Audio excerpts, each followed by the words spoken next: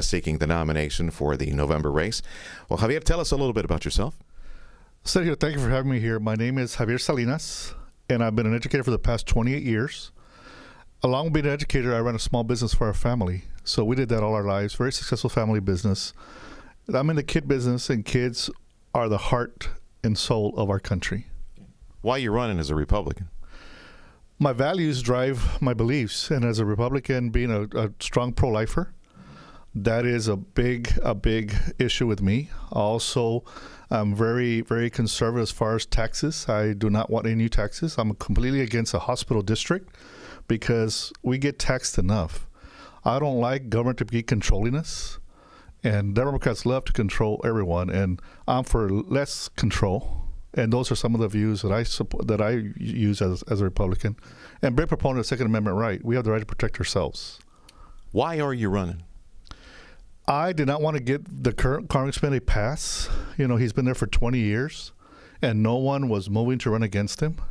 As an educator, we've asked for help in our educational system, and none has been given. I note that the current congressman has taken care of only the select few. There's more than one person in this congressional district. So I took it upon myself, and I said 8 months ago, I'm jumping into the race. We've been ignored long enough. There's a lot of people in this community in District 15 that need to be heard. As I drive up and down the counties, I see the need for infrastructure. Towns like Falfurrias, towns like Hebron and Freer, there's no economic stimulus going on out there. So my role is, as a congressman, we need to be their voice. And what they would tell me, the congressman would tell me, he says, Javier, you got to hire a grant writer, hire a consultant, a lobbyist. And Sergio, the congressman is a lobbyist for the people. The congressman should be fighting for the people, and the congressman should be getting the necessary equipment that the people need, the services. What would you say is the top issue for South Texas? Economic development and border security. Our border has to be secure. I know that we live 10, 12 miles from the border, and I'm a strong proponent that we have to follow the rules. You know, this is the best country in the world, and if you want to come to our country, there's laws. We got to abide by our laws. I feel that we need to hire more Border Patrol agents.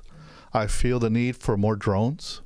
We need the lookout towers. I know one of my friends has his station right on the border, and he says, I put spotlights, I put a boat ramp for the Border Patrol, I put everything, and nothing worked. But once I put the lookout towers, the traffic stopped.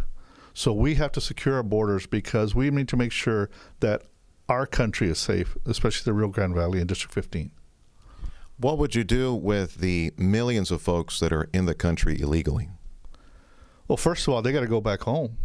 You know, there's millions of them here. You know, I think that once we find them, they got to get back home and let's do things the right way. I know that industry needs them, but at the same time, they broke the law by coming to this country. So they got to go back home, and they want to enter our country. Let's do it the right way.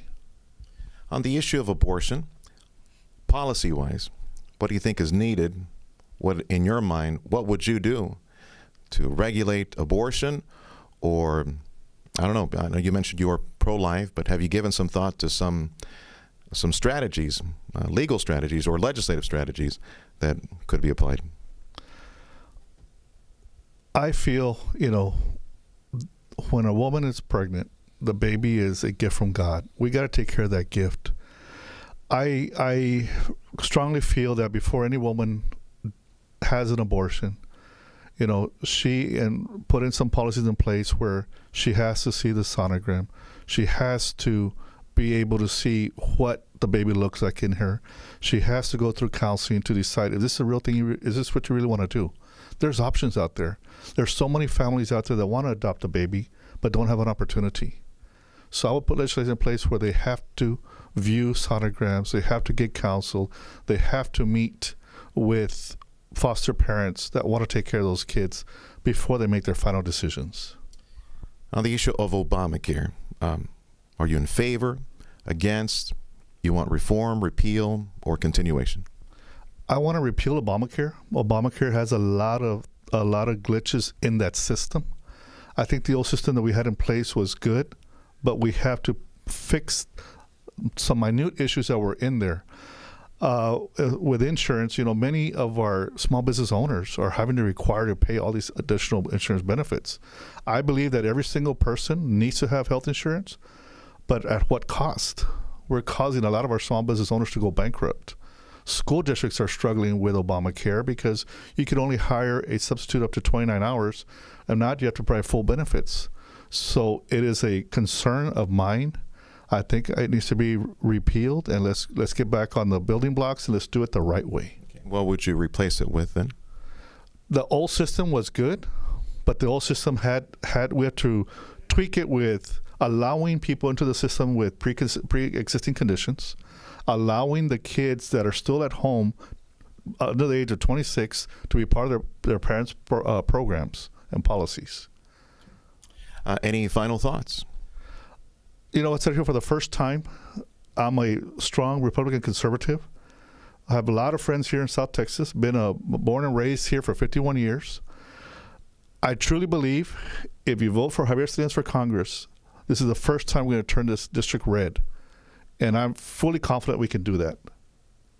Okay. Javier, thanks for your time.